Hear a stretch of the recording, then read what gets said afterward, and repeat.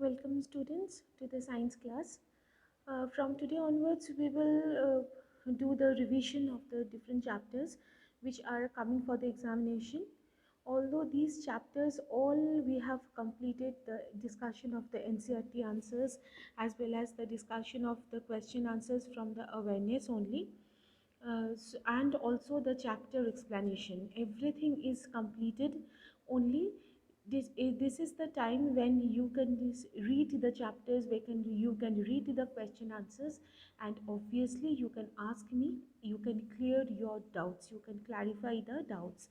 And regarding the important diagrams, I will always I had mentioned in the class, and I want you to practice religiously at home, because in this short time of the class it is not possible for me to give you the diagrams and you will draw in the class. But that is why this is the thing I am requesting you, the important diagrams you should practice at home. The diagrams should be drawn with the pencil, and boldly the writings of the headings of the diagram should be written. All labeling should be done very carefully. Spelling should be right while you are drawing or labeling with the diagram. And all of you, please give it a very neat presentation, very neat and clear pictures. Okay, so we'll start about the discussion of some topic uh, of about the chapter. Now, regarding this chapter, first explain what did you understand by sexual reproduction. Today mainly I will focus on sexual reproduction. So what do you mean by sexual reproduction? It is actually the mode of reproduction in which say male and the female, both the gametes, they unite together to form the zygote. Male and female gamete means the male gametes present in the flower are the pollens, which are coming from the anther, and the female gametes are the ovule which resides in the ovary. As you know that flower has each flowering plant, or each flower has got the four parts, importantly four parts, although they have pedicel and receptacle, still sepal, petal, androecium, gynoecium. So androecium or stamen is the male reproductive part, and the gynoecium or the pistil is the female reproductive part. So the male gamete or the pollen grains are coming from the anther. They are falling or going into the stigma of the same flower or another plant, but the species has to be the same, that is the type has to be the same. This please remember, like the sunflower's pollen grain cannot go and sit in the, cannot go means it can go, but the fertilization will not occur in other flower other than sunflower, not in marigold, not in rose. Okay, so exactly what I mean is, that is the male and the female gamete here will unite, they will fuse together and ultimately form the zygote. The zygote will now, after formation, constantly the zygote will have repetitive cell division, and ultimately by repetitive cell division it will form a new seed, it will form a seed.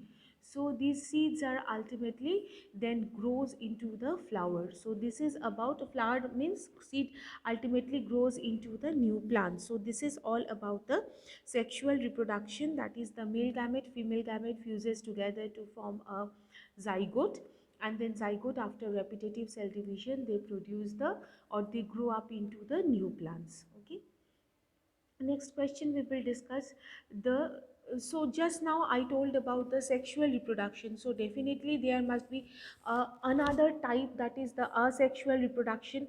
Then you should know what is sexual reproduction and what is asexual reproduction. So the asexual reproduction is, the main difference between the sexual and the asexual reproduction is there is having number of the gametes. Like in asexual reproduction only single parent is required, no other gametes are required.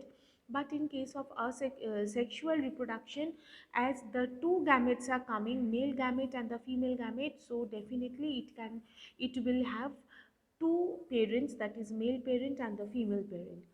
In asexual reproduction, plants can give rise to the new plant without seed.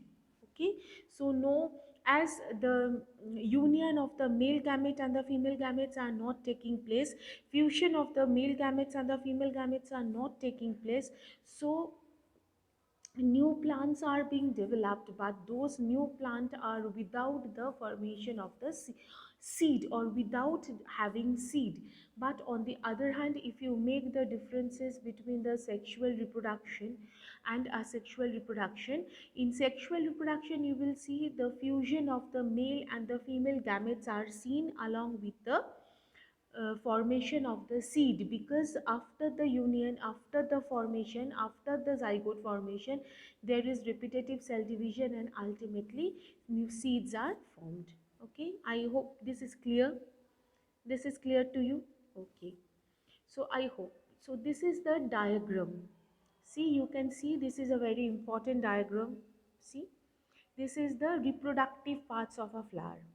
First, we will consider on the pistil or the female reproductive part. Okay. So, the female reproductive part of the flower here we are discussing. It contains style, stigma and ovary. And at the top you can see this part is known as the stigma. Okay, at the top this part is known as the stigma, then the continuous part is the style, and I can show you here. It is the stigma, it is the style, the long part is the style, this is the style part, and the base portion is the ovary.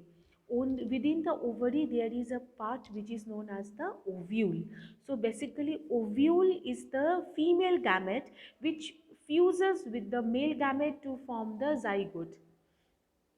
You can see the egg here. Okay, so this is the part of the pistil, this is the part of the pistil.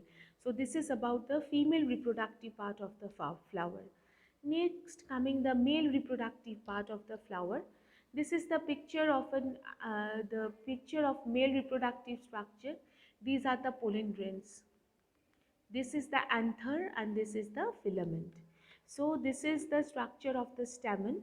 Here the stamen contains two parts. The topmost part is contains the anther, and the long cylindrical part is known as the filament. Within the anther, the structure present is the pollen grains. This pollen grains and this ovule, they unite together, they fertilize together, they fuse together to form the zygote, which gives rise to new plant after repetitive cell division. Up to this, is it clear for you? If it is clear for you, I think then obviously it will be easier for you to understand the asexual reproduction, which I will be discussing tomorrow or in the next class. Till then, all of you stay safe. Thank you.